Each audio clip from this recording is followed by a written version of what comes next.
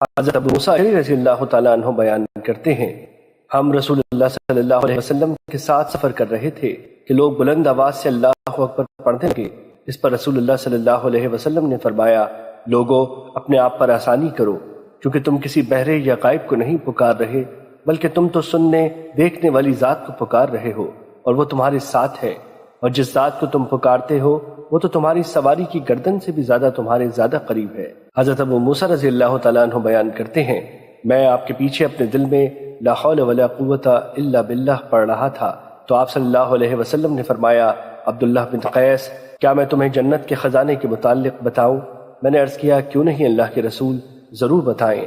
آپ صلی اللہ علیہ وسلم نے فرمایا، لا حول ولا قوت الا باللہ، گناہ سے بچنا اور نیکی کرنا محض اللہ کی توفیق سے ہے۔ مشکات المصابی حدیث نمبر 2303۔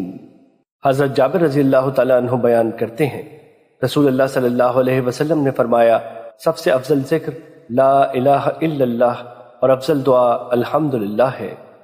مشکات المصابی حدیث نمبر 2306۔ حضرت ابو سعید خدری رضی اللہ تعالیٰ عنہ بیان کرتے ہیں، رسول اللہ صلی اللہ علیہ وسلم نے فرمایا، حضرت موسیٰ علیہ السلام نے عرض کیا، پروردگار مجھے کوئی چیز سکھا دے جس کے ساتھ میں تیرا ذکر کیا کروں یا میں اس کے ساتھ تجھ سے دعا کیا کروں۔ فرمایا، موسیٰ لا الہ الا اللہ پڑھا کرو۔ انہوں نے عرض کیا، پروردگار تیرے سارے بندے اسے پڑھتے ہیں، میں تو ایسی چیز چاہتا ہوں جو میرے ساتھ خاص ہو۔ فرمایا، موسیٰ اگر ساتوں آسمان اور میرے سوا جہان میں بسنے والے اور ساتوں زمینیں ایک پلڑے میں رکھ دی جائیں اور لا الہ الا اللہ دوسرے پلڑے میں رکھ دیا جائے تو لا الہ الا اللہ ان پر بھاری ہوگا۔ مشکات المصابی حدیث نمبر 2309۔